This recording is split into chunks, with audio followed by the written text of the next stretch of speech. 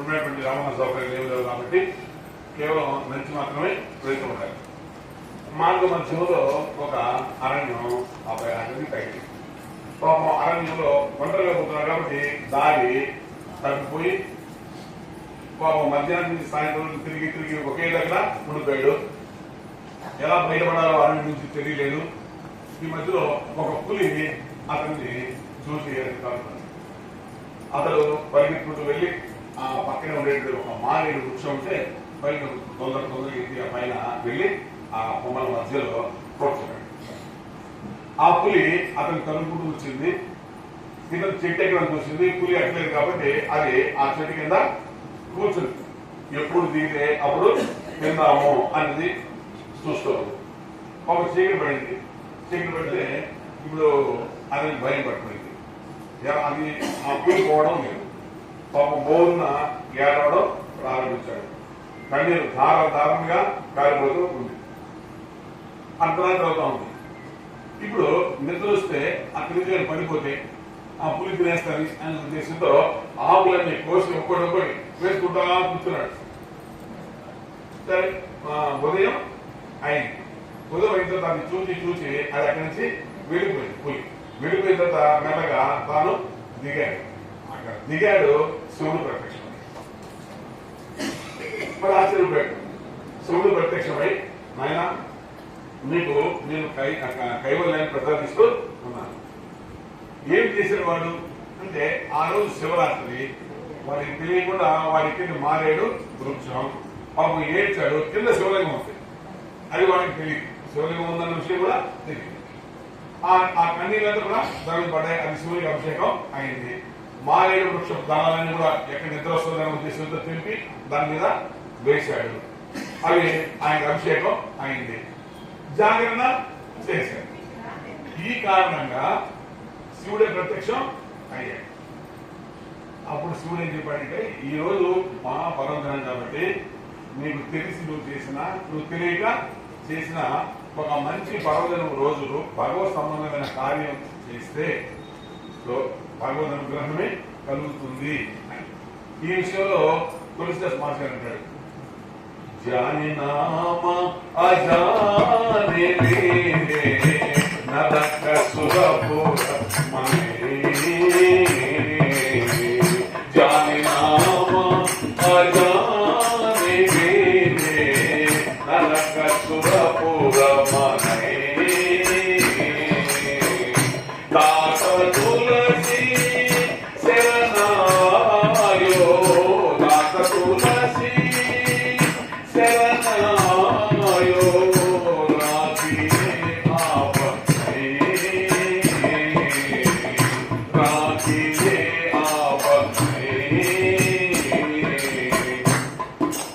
మాట్లాడు.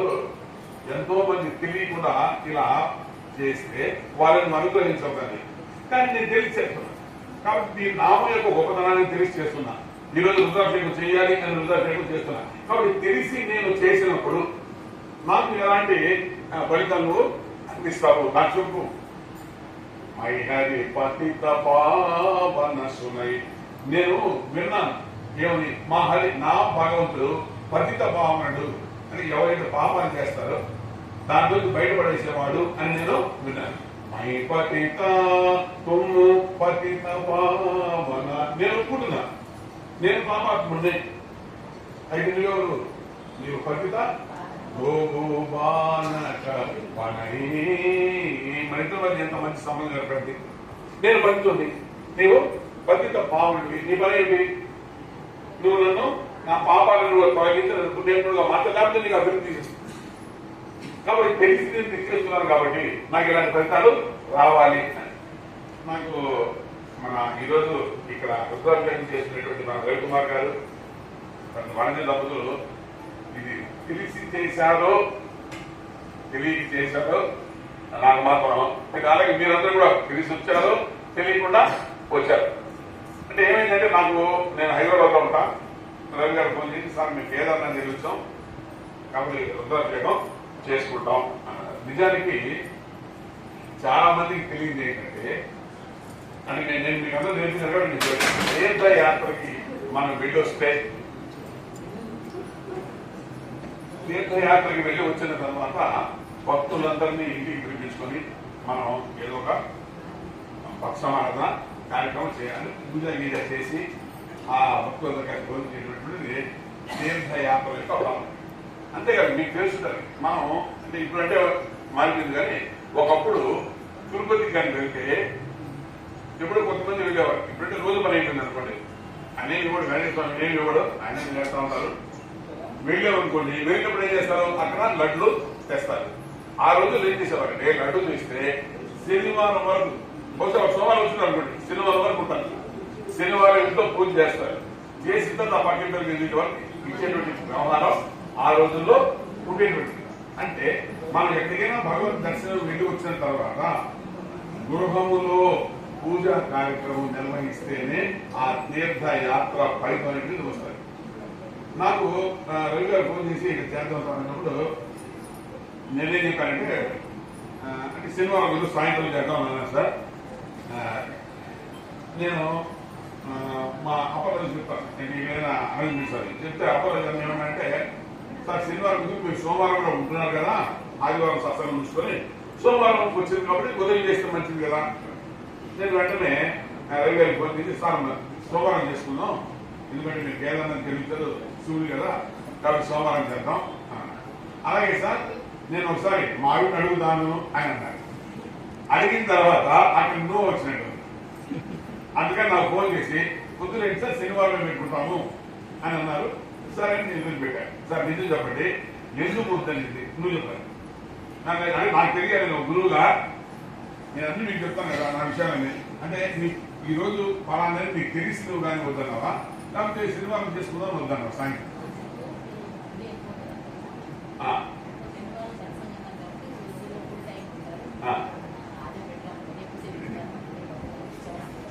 అంతేనా? సరే. ఇప్పుడు ఆమె ఏమంటామంటే సార్ మీరు సోమవారం వెళ్ళిపోయారు కదా హైదరాబాద్కి, మీరు తొందరలో ఉంటారేమో, నాకు సక్రమంగా పూజ అట్లా జరగదు, సాయంత్రం అయితే మీరు మెల్లగా చేస్తారు అని మేము పెట్టుకున్నాం. కానీ మహాశివరాత్రినే కానీ పోనీ మహాశివరాత్రి అని అదే పెద్ద ఇదే కాదు. కానీ ఈ రోజు ఒక అద్భుతమైనటువంటి రోజు. అంటే ఎప్పుడో 3-4 సంవత్సరాల కానీ రాదు, అలాంటిది ఈ రోజు మీకు వచ్చింది. అంతేకాదు మీకంటే కూడా ఇక్కడికి వచ్చిన వాళ్ళు చాలా పుణ్యాత్తులు.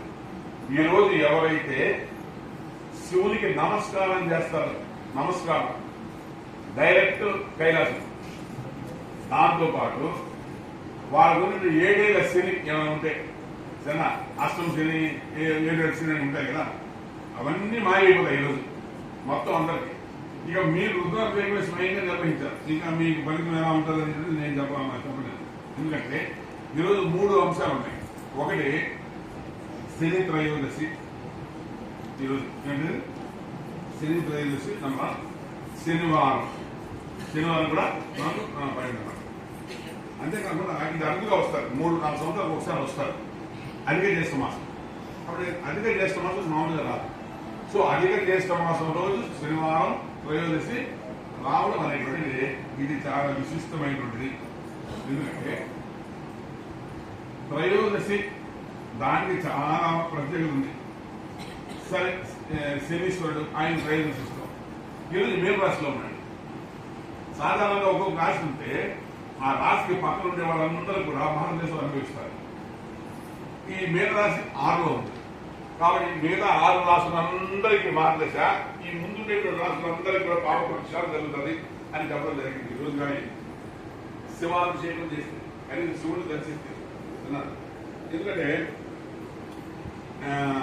త్రయోదశి అనేటువంటిది శని జయంతి, శనీశ్వరుడు పుట్టినటువంటి రోజు. అంతేకాదు ఇది శివునికి అత్యంత ప్రీతికరమైనటువంటి రోజు. త్రయోదశి నాడు శివపురాణం ప్రకారం 2 విషయాలు జరిగాయి. సరే అది మనం చెప్తాను. శనివారం అనేటువంటిది శ్రీ మహావిష్ణువుకి అత్యంత ప్రియమైనటువంటి రోజు. కాబట్టి త్రయోదశి శివునికి, శనివారం విష్ణుమూర్తికి, తర్వాత ఇక పుట్టిన రోజు శని పుట్టినరోజు. కాబట్టి ఈ 3 కూడా మనకు కలిసి వచ్చేటువంటి రోజు ఇది. అందువల్ల దీనికి విశేషమైనటువంటి ఫలితం చెప్పాలి. అంతేకాకుండా క్షీరసాగర మదనం జరిగినప్పుడు ఆరాహం జన్మించింది.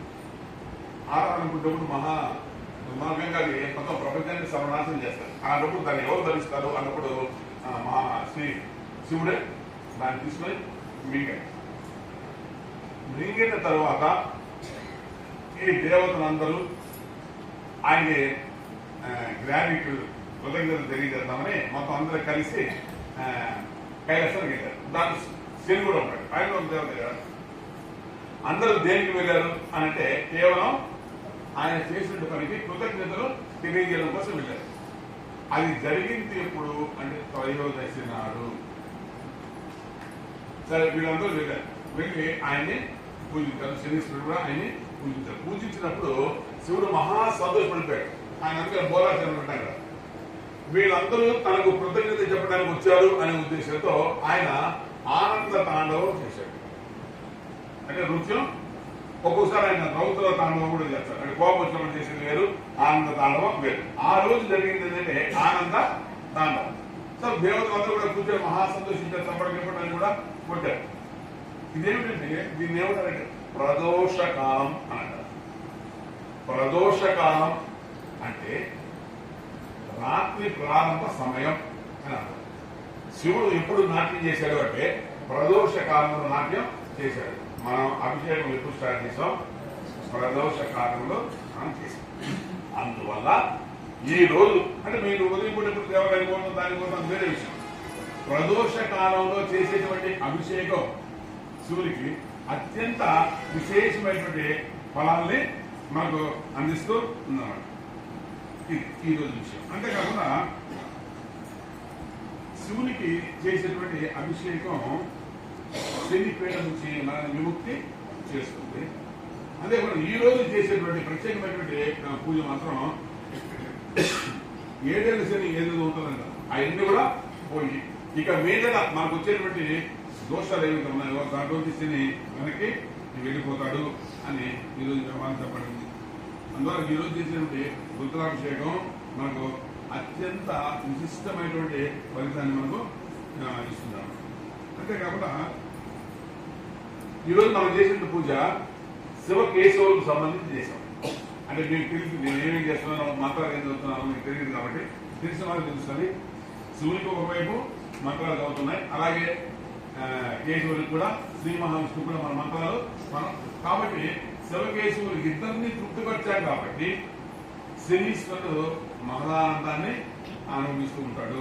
ఎందుకంటే నవగ్రహాల్లో శని 7వ ఆయన 7వ వాడు.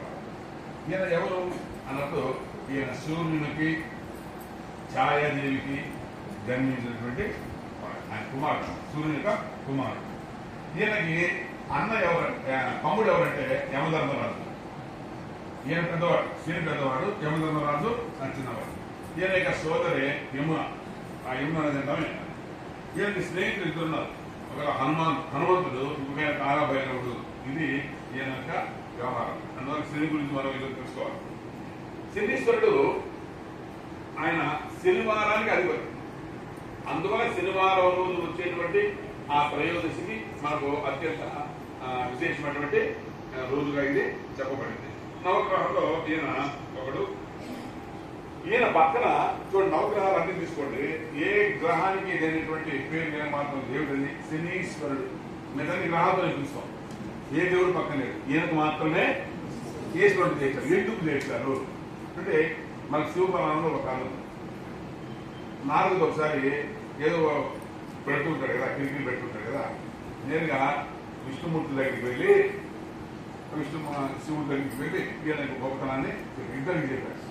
అయ్యా శనీశ్వరుడు ఆయన అందరూ ఆయన్ని పూజిస్తారు, భయపడుతున్నారు. ఆయనకి ఎక్కడ మీకంటే కూడా శక్తి ఎక్కువగా ఉన్నదని ప్రజలు కూడా భావిస్తున్నారు. ఏంటయ్యా పట్టాడంటే వదలడు, ఎవరిని విడిచిపెట్టడు. అప్పుడు శివుడు అన్నాడు, అంటే నన్ను కూడా పట్టుకుంటాడు. ఎవరైనా పట్టుకుంటాయా? అయితే వెళ్ళి చెప్పు, రేపు నన్ను పట్టుకోమని చెప్పు, నేను ఆయన ఛాలెంజ్ చేస్తున్నానని కూడా చెప్పు అని శివుడు అన్నాడు. అంటే నారదుడికి మహా సంతోషంగా గిట్టుకుంటూ ఎవరైనా తగులు పెట్టామని చూస్తుంటారు కదా. అదే నేనే శని గురించి చెప్పాడు, అయ్యా నువ్వు ఎవరైనా పట్టుకుంటావేమో కానీ శివుడు మాత్రం నువ్వు పట్టుకోలేవట చెప్పాడు శివుడు. సో ఆయన నమ్ముకున్నాడు. ఆయన చాలా ఆయన గురించి ఉన్నాడు. ఉదయాన్నే శివుడు అనుకున్నాడు, వీడు ఒకసారి నన్ను పట్టుకుంటాడేమో, కాబట్టి మన జాగ్రత్తలు మనం ఉండాలని అరణ్యానికి వెళ్ళి 60 మంది తిరిగాడు. ఉదయం సాయంత్రం రాత్రి అవుతాం. ఇప్పుడు ఎవరికి కనపడకుండా వాళ్ళకి తెలుసుకోండి. కానీ ఒక పెద్ద మనిషి త్వరలో దాంట్లో దాక్కుని ఆయన తపస్సు చేస్తున్నాడు. ఉదయం తపస్సు చేసిన ఎవరు చూడలేదని ఆయన బయటికి వచ్చాడు. ఆయన బయటకు రాగానే ఎదురుగా శని నిలబడుకుని ఉన్నాడు. అప్పుడు శివుడు అడిగాడు, ఏమైనా శని నువ్వు చూసావా, నువ్వు నన్ను పడ్డానికి పోయావు. స్వామి, నువ్వు ముల్లోకాలి ప్రభువి, అందరిని బాధించేవాడు, నువ్వు లైకారివి, నువ్వు వచ్చి త్వరలో కూర్చున్నావు రాత్రంతా అంటే నేను పడితే కదా కూర్చున్నాను, నాకు నీకే కనబడుతుందా ఇది అన్న లోపలికి ఈశ్వరుడు చాలా పితరులకు ఎప్పుడైనా నువ్వు సామాన్యుడివి కాదు అని వెంటనే విష్ణువుడు వచ్చి త్రిమూర్తుల ముగ్గురు ఆయనకి ఒక వరాన్ని ప్రసాదించారు. అదేమిటంటే కర్మ ఫల ప్రదాన. అంటే మనం చేసేటువంటి అన్ని పనులకు ఫలితాన్ని అందించేవాడుగా ఆయనకి అధికారాన్ని అప్పచెప్పారు. చెప్తూ, అయ్యా నా భక్తులు చాలా మంది ఉన్నారు, కానీ వాళ్ళని విడిచిపెట్టిపోయినా నన్ను భక్తులు పట్టుకున్నారు, నా భక్తులు మాత్రం నువ్వు పట్టుకోవద్దు, అందువల్ల నా నామాన్ని నీకు ఇస్తున్నాను, నీ పక్కన పెడుతున్నాను. కాబట్టి ఇక నువ్వు శని కాదు, శనీశ్వరుడివి. ఇందువల్ల ఈ పేరు గుర్తు పెట్టుకున్నప్పుడు నా భక్తులు నువ్వు ఆకుండా ఉంటావు. ఇది జరిగింది త్రయోదశి నాడు. అందువల్ల త్రయోదశి నాడు శివుని ఎవరైతే ఆయన నమస్కరిస్తుంటారో వాళ్ళ జోలికి శని రాడు. కాబట్టి ఈ రోజు మనం శివుని నమస్కారం చేయడం కాదు, ఏం చేసాం, మనం అభిషేకం చేసాం. అంతేకాకుండా ఇంకోటి ఏంటంటే ఈ శని మనం ఏమన్నా కర్మఫల పదార్థం ఉన్నాయి కదా, ఈ కర్మఫలాలు ఎక్కడ ఇస్తారంటే ఇక్కడ ఇస్తారు. అంటే మనుషులు బ్రతికి ఉండగానే వాళ్ళు ఏ ఏ కర్మలు చేస్తారో ఆ కర్మలకు సంబంధించిన ఫలితాన్ని అనుగ్రహించేవాడు శని. వీళ్ళ బ్రదర్ ఉన్నాడు, ఎవరు ఇముడు, మనం పోయిన తర్వాత ఆయన చూస్తాడు. మనం పైకి వెళ్ళిపోయిన తర్వాత మనం చేసిన కర్మలు ఏమిటో వాటి వ్యవహారం ఎలా ఉంటుందో అది అక్కడ పైన చూస్తారు. కాబట్టి సోదరులు ఇద్దరు కూడా మన కర్మలకు ఫలితాన్ని అనుగ్రహించేటువంటి వాడే అన్నమాట. అయితే చాలా మంది ఏమనుకుంటామంటే శని బయలుదేరేటువంటి దేవుడు, శని ఎందుకు పట్టుకుంటుంది, ఆయన కష్టాన్ని మనం కలిగిస్తాడు అని చాలా మందికి, ఆయన దండనాధికారి అని చాలా మంది భావిస్తూ ఉంటారు. నిజమే. అయితే ఎవరిని దండిస్తాడు, ఇది ముఖ్యమైన. శని ఎవరిని దండిస్తాడు అంటే దుర్మార్గుల్ని, దుష్టుల్ని, చెడ్డవారిని, అహంకారుల్ని, పప్పులు తీసేవారిని వారిని శిక్షిస్తాడు తప్ప మంచి వారి జోలికైనా రాని రాదు. అందువల్ల కర్మలు అంటే దుర్మార్గమైన కర్మలు ఎవరైతే చేస్తారో వారిని మాత్రమే శిక్షిస్తాడు. మనలాంటి వారి జోలికి ఆయన వచ్చే అవకాశమే లేదు. అహంకారం ఉండేవారు కిందకి దించుతాడు. అంతేకాకుండా మనమందరం కూడా శని గారికి మనం థ్యాంక్స్ చెప్పుకోవాలి, కృతజ్ఞతలు చెప్పుకోవాలి. ఎందుకంటే ఎప్పుడెప్పుడైతే మనం తప్పులు చేస్తుంటామో మనల్ని దండించి మనల్ని సక్రమమైనటువంటి మార్గంలో ఆయన పెడతారు కదా. మనకు కష్టాలు రాకపోతే దేవుడు ఎవరైనా గుర్తుకొస్తున్నాడు. మనకు అప్పుడప్పుడైనా కష్టాలు వస్తున్నాయి కాబట్టి దేవుడు గుర్తుకొస్తున్నాడు. కాబట్టి ఈ కష్టాలు కలిగించేది ఎవరు, శ్రీస్తున్నాడు. అలా కలిగిస్తున్నాడు కాబట్టి కనీసం మనం భగవంతుని పాదాల దగ్గర చేరుతున్నాం. కాబట్టి మనల్ని సక్రమమైనటువంటి మార్గంలో నడిపించేటువంటి వాడు కనుక మనం శనిని మన దుర్మార్గుడుగా మనం భావించకూడదు. ఆయన మంచిగా మనం చూసుకోవాలి. అంతేకాకుండా ఆయన నిష్పక్షపాతమైనటువంటి న్యాయాధిపతి అని. ఇప్పుడు మనకు కోర్టులలో ఉండేటువంటి న్యాయాధిపతులు అందరూ కూడా మొత్తం అందరూ కొలిపే, ఎవరు నిజమైన న్యాయాన్ని ఇచ్చిన ప్రసక్తి. కానీ ఆయన ఏంటంటే ఆయన ప్రధాన న్యాయమూర్తి, సుప్రీంకోర్టు ప్రధాన న్యాయమూర్తి శనీశ్వరుడు. కాబట్టి అప్పీలు పోతాం, ఇంకొక కోర్టు పోతాం కుదరదు. కాబట్టి ఒకసారి కానీ జడ్జిమెంట్ ఇచ్చారంటే ఫైనల్ ఆ జడ్జిమెంట్. ఇంకో దగ్గర పోవడానికి పోలి ఆయన కోర్టు ఎలాంటిది, కొన్ని రికమెండేషన్స్, లంచాలు, బెదిరింపులు, మీ అమ్మాయికి చూపేవారు అవన్నీ కుదరదు సరేనా. కాబట్టి ఆయన దగ్గర ఇలాంటి పప్పులేవి ఉడకవు. కాబట్టి ఏది అనుకుంటాడో అది ఆయన చేస్తాడు. అందరినీ సమంగా ఆయన చూసేటువంటి కాబట్టి ఆయనకి చాలా నిష్పక్షపాత న్యాయాధిపతిగా ఆయనకి. అంటే త్రిమూర్తులు కూడా ఆయన విషయం అంటే ఆయన కానీ ఒక విషయం తీసుకుంటే త్రిమూర్తులు కూడా దాన్ని దాటడానికి అవకాశం లేదు. ఆశ్చర్యకరమైన విషయం. ఒకసారి పాపం పార్వతీదేవి అనుకున్నాడు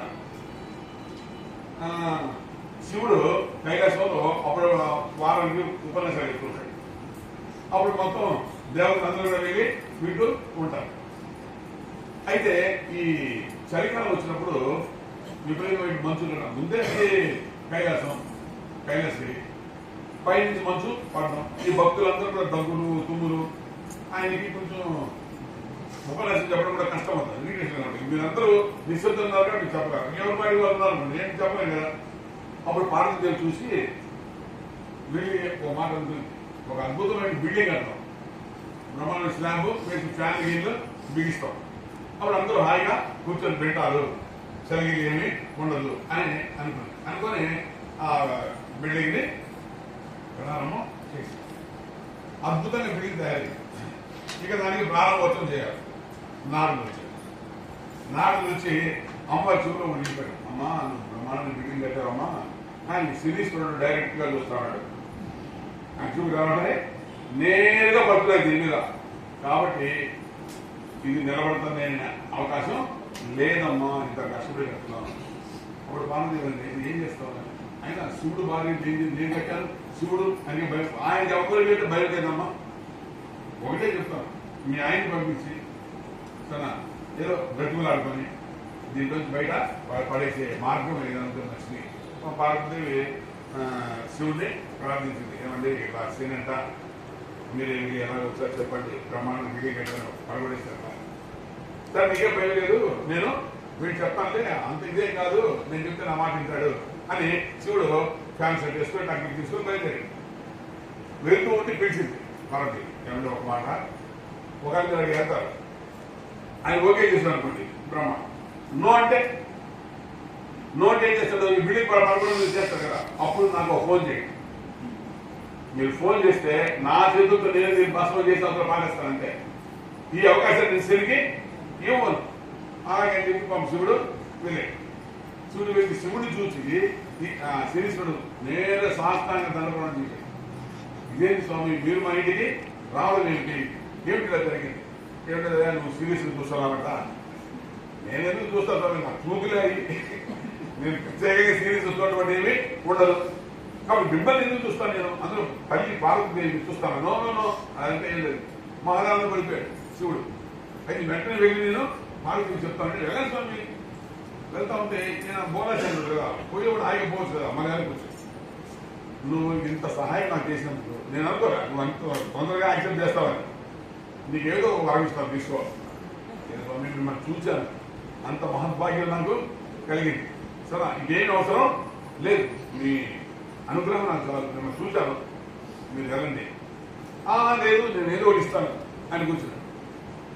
మీరు ఏదో బ్రహ్మాండంగా డ్యాన్స్ చేస్తారంటే ఆనంద తాండవం 5 రోజులు చేయండి ఒకసారి చూస్తారని అంటే ఈయన ఆనంద తాండవం బ్రహ్మాండంగా చేశాడు.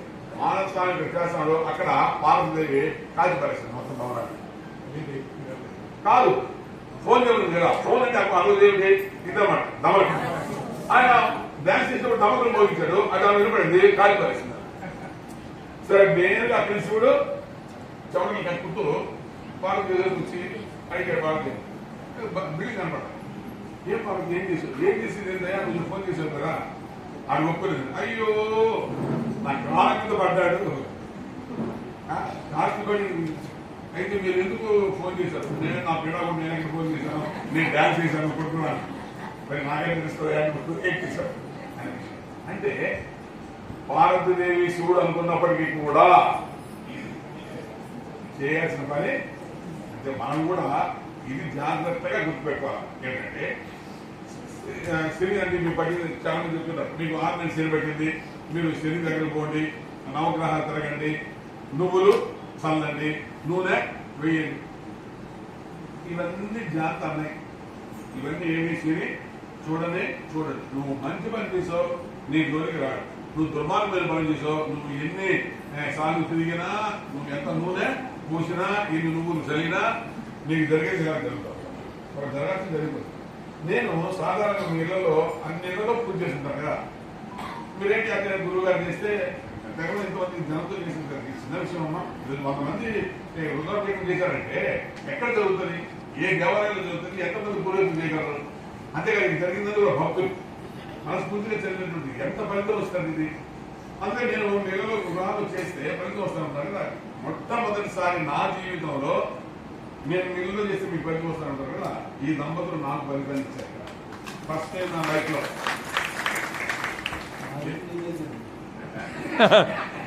ఎందుకంటే ఎందుకు అని నేను నాకు 68 సంవత్సరాలు ఈ రోజు వరకు నేను ఎప్పుడైనా నాకు నవగ్రహాల దగ్గరికి వెళ్ళడం కానీ శనీశ్వరుని పూజించడం కానీ అంతేకాదు తింటూ కూడా ఉంటారు మీ ముందు. అలాంటిది మొట్టమొదటిసారి నా నోటి గుండా శనీశ్వరుని పూజించే వ్యవహారం మీకు ఇచ్చారు 68 సంవత్సరాల తర్వాత తదనంతరం. సరే సరే నాకు తెలియదు ఇవన్నీ. సరే మీ గురించి చదివారు. ఇప్పుడు త్రయోదశి ఇంత మంచి ఉందా, సరే విష్ణువు శివుడు మరియు శని ఇంతమందిని మనం తృప్తిపరుస్తామా అనే ఉద్దేశంతో ఈరోజు ఆ పూజా కార్యక్రమం నేను నిర్వహించి శనీశ్వరుడు గురించి మీకు ఇంత చెప్పాను కాబట్టి గారు మొత్తం ఫలితం నాకు ఇచ్చేసారు మీరు గురువు. అంటే ఇంతకాలం మీ గృహాలు చేసి మీ ఫలితం ఇచ్చే ప్రయత్నం నేను చేస్తే మొట్టమొదటిసారి మీ దగ్గర నుంచి రాకుండా అనుకున్నాను. ముఖ్యంగా వాళ్ళు ఒక అద్భుతమైనటువంటి కార్యం ఈరోజు. ఎందుకంటే కేదార్నాథ్కి వెళ్ళి రావడం అనేటువంటిది అది చిన్న విషయం కాదు, చాలా కష్టమైనటువంటి పని. ఎందుకంటే మనం ఎన్ని క్షేత్రాలుగా వెళ్ళచ్చు. కేదార్నాథ్ క్షేత్రం ఎలాంటిదంటే మనకు ఆ భగవంతుని యొక్క కృప ఉంటేనే అక్కడ దర్శనం అవుతుంది, లేకపోతే దర్శనం అయ్యే అవకాశం లేదు. ఎందుకంటే రికమెండేషన్ లెటర్స్ కదా అవన్నీ కుదరవు. నువ్వు పైకి పోవాలంటే వెళ్ళడమే కొంచెం కష్టం. ఏదో గుర్రం దగ్గరలో ఏదో పోవాలి, లేదు హెలికాప్టర్ మీద పోవాలంటే క్షణానికి మారుతుంది వాతావరణం. అంటే నువ్వు హెలికాప్టర్ మీద పైకి హెలికాప్టర్ వెంటనే అక్కడ మారిపోవచ్చు. మనం కింద రాలేదు హెలికాప్టర్, లేదా 3-4 రోజులు వాతావరణం అలాగే ఉండొచ్చు. కాబట్టి మనకు ఏదో కొన్ని చుట్టూ ఉంటేనే ఆ కేదార్నాథ్ యొక్క ఆ కేదారేశ్వరం యొక్క అనుగ్రహం లభిస్తుంది అని చెప్తారు. అలాంటిది మన రవికుమార్ గారు అనంత్ గారు అక్కడికి వెళ్ళి రావడం ఒకటి. అంతేకాకుండా మీకందరికి కూడా ఆ ఫలాన్ని అందించాలి.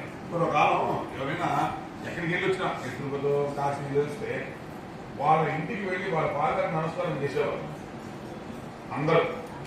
ఆ వీధిలో ఉన్న వాళ్ళందరూ కూడా ఆ ఊళ్ళో ఉన్నది పోయేవారు. ఎందుకంటే అది చాలా కష్టమైనటువంటి గ్రామం. అంటే ఈ రోజు అంటే ఈజీ అయిపోయింది కానీ అందుకే భక్తి కూడా ఈరోజు లేదు కాబట్టి వాళ్ళకి క్రమం పెట్టడం. కానీ ఒకప్పుడు అలాంటి పరిస్థితి ఉంది. అందులో ఇద్దరు క్షేత్రానికి వెళ్ళి వస్తే నాకు భగవత్సరం భావించినట్టు వాడు వచ్చిన తర్వాత ఈరోజు భక్త సమారాధన చేసి ఈ కార్యక్రమంలో మేము అందరినీ కూడా పార్టిసిపేట్ చేయించి ఈరోజు ఇంత అంటే మీకు కొంతమందికి తెలుసుకుంటుందేమో శని త్రయోదశి యొక్క ప్రాముఖ్యత. కానీ ఈ కార్యక్రమం వాళ్ళు చేయబట్టి మనం అందరం కూడా ఇక్కడికి రాగలిగాం. అందరూ కలిసి స్వతహాగా సొంతంగా మనం ప్రిజర్వ్ చేయడం చేస్తాం. ఈరోజు రవి గారు ముఖ్యమైన విషయం ఏంటంటే ఒకవేళ మీరు కానీ దేవాలయంలో కానీ చేస్తుంటే ఆ ఫలితం చాలా తక్కువ. మీరు ఒకసారి గూగుల్లో కొట్టి చూడండి. ఒకసారి గూగుల్లో కొడితే శని త్రయోదశి నాడు ఎలా పూజ చేయాలని కానీ తెలిస్తే మీకు స్వయంగా ఈరోజు ఈ గృహంలో పూజ చేయాలని స్పష్టంగా శాస్త్రం చెప్పండి. కాబట్టి మీరే రుద్రం చేయడం మీ స్వాస్థాలతో మీరు చేస్తున్నారు కాబట్టి ఈరోజు ఫలితం ఎన్నో రెట్లు మనకు ఎక్కువ చూసారు. కాబట్టి మీరు మాకందరికి కూడా ఈ పుణ్యాన్ని మాకు ప్రసాదించారు. అందువల్ల మీకు సత్సంగం తరఫున మీకు కృతజ్ఞతలు తెలియజేస్తూ మీకు చిన్న సత్కారం యొక్క మంత్రాన్ని ఈరోజు జపిస్తే ఇది పుణ్యపదాన్ని ఇస్తారు. మీరు విన్నారు శరీరం గురించి ఆయన యొక్క మంత్రాన్ని చెప్తాను. అక్కడ తెలిసింది మనం రోజు చదువుతాం. మీరందరూ కూడా దాన్ని మీరు ఉచ్చరిస్తే 3 సార్లు అది శనీశ్వరుని పూజ కింద వస్తుంది. నీలాంజన సమాభాసం రవిపుత్రం యమాగ్రజం ఛాయామార్తాండ సంభూతం నమామి శనైశ్చరం నీలాంజన సమాభాసం రవిపుత్రం యమాగ్రజం ఛాయామార్తాండ సంభూతం నమామి శనైశ్చరం నీలాంజన సమాభాసం రవిపుత్రం యమాగ్రజం ఛాయామార్తాండ సంభూతం నమామి శనైశ్చరం నమామిశ్చరం నీనాంజన సమాపాతం అంటే నీటి రంగు కాంతితో మెలిసినటువంటి వాడు రవిపుత్రం సూర్యుని యొక్క కుమారుడు యమాగ్రహం యముని యొక్క అన్న ఛాయా మార్తాండ సంభూతం ఛాయానికి సూర్యునికి జన్మించిన వాడు అలాంటి శనీశ్వరుడికి నేను నమస్కారం చేస్తున్నాను అని. నిజానికి ఈ శనీశ్వరుని ఈ మతం శనీశ్వరుని ప్రార్థించడం వల్ల మీకు ఏమేమి పోతాయంటే, ఒకటి నెంబర్ 1 బద్ధకం పోతుంది. అలాగే దారిద్ర్యం ఎవరికైనా ఉంటే ఆ దారిద్ర్యం నాశనం జరుగుతుంది. చెడు ఆలోచనలు అవి పోతాయి. వృత్తిపరమైనటువంటి సమస్యలు ఏమైనా ఉంటే అవి పరీక్షించబడతాయి. ముఖ్యంగా కోర్టు వివాదాలు ఉండేటువంటి వాళ్ళు దాంట్లో నుంచి బయట పడతారు. శని ప్రయోజనం జరిగింది. అలాగే వివాహాల్లో ఆటంకాలు ఏమైనా ఉంటే ఇంకా మనం వాటి మీద మనం ప్రయత్నాలు కానీ ప్రారంభిస్తే మంచిది. కాబట్టి ఇవన్నీ కూడా ఈరోజు తొలగిపోతాయి. అంతేకాకుండా మనం శివునికి అభిషేకం చేశాం కాబట్టి శివుని యొక్క భక్తుల దగ్గరికి ఆయన రాను ఈరోజు అని చెప్పారు కాబట్టి మనకు అన్ని రకాల శుభాలు మీకు కలగాలని నేను ప్రార్థిస్తున్నాను.